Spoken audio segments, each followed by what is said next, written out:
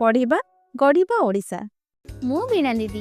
ଗତ ସପ୍ତାହରେ ଆମେ ଚକିତ କଲେ ସଚୋଟ ପୁଣିଆ ଗପ ଶୁଣିଥିଲେ। ଆଜିର ଗପଟିର ନାମ ହେଉଛି ବୃକ୍ଷ ଓ ଘାସ। ଦିନେ ବଡ଼ ବୃକ୍ଷ ଓ ଘାସ କଥା ହେଲେ। ବୃକ୍ଷଟି ଗର୍ବ କରି ଘାସକୁ କହିଲା, ମୁଁ ବଡ଼, ମୋର କେହି ବି କିଛି କ୍ଷତି କରିପାରିବେନି। ଘାସ ନୀରବ ରହିଲା। ଦିନେ ପବନ ବରଷା ହେଲା। ବଡ଼ ଗଛଟି ଉପୁଡ଼ି ପଡ଼ିଲା।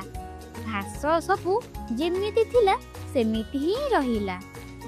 କେବେ ବି ବଡ଼ ବୋଲି ଗର୍ବ କରିବା ଉଚିତ ନୁହେଁ। ଆମର ବୃକ୍ଷ ଓ ଘାସ ଗପଟି ଏବେ ଶେଷ ହେଲା। ଏବେ ଜାଣିବା ଯେ ପିଲାଟି ଗପ ପଢ଼ି କେତେ ଦୂର ବୁଝିପାରିଛି। ଭାବନାରେ ଦୋହଲୁଥିବା ବଡ଼ ଗଛର ନାମ କୁହ। ବଡ଼ ଗଛର ଗର୍ବ କାହିଁକି ଭାଙ୍ଗିଗଲା? ଆଶା କରୁଛି ପିଲାମାନଙ୍କୁ ଏହି ଗପଟି ଭଲ ଲାଗିଥିବ। ଏମିତି ଆହୁରି ମଜାଦାର ଗପ ଶୁଣିବା ପାଇଁ ଭିଡ଼ିଓଟିକୁ ଲାଇକ୍ କରନ୍ତୁ ଏବଂ ଆମ ଚ୍ୟାନେଲକୁ ସବସ୍କ୍ରାଇବ୍ କରନ୍ତୁ।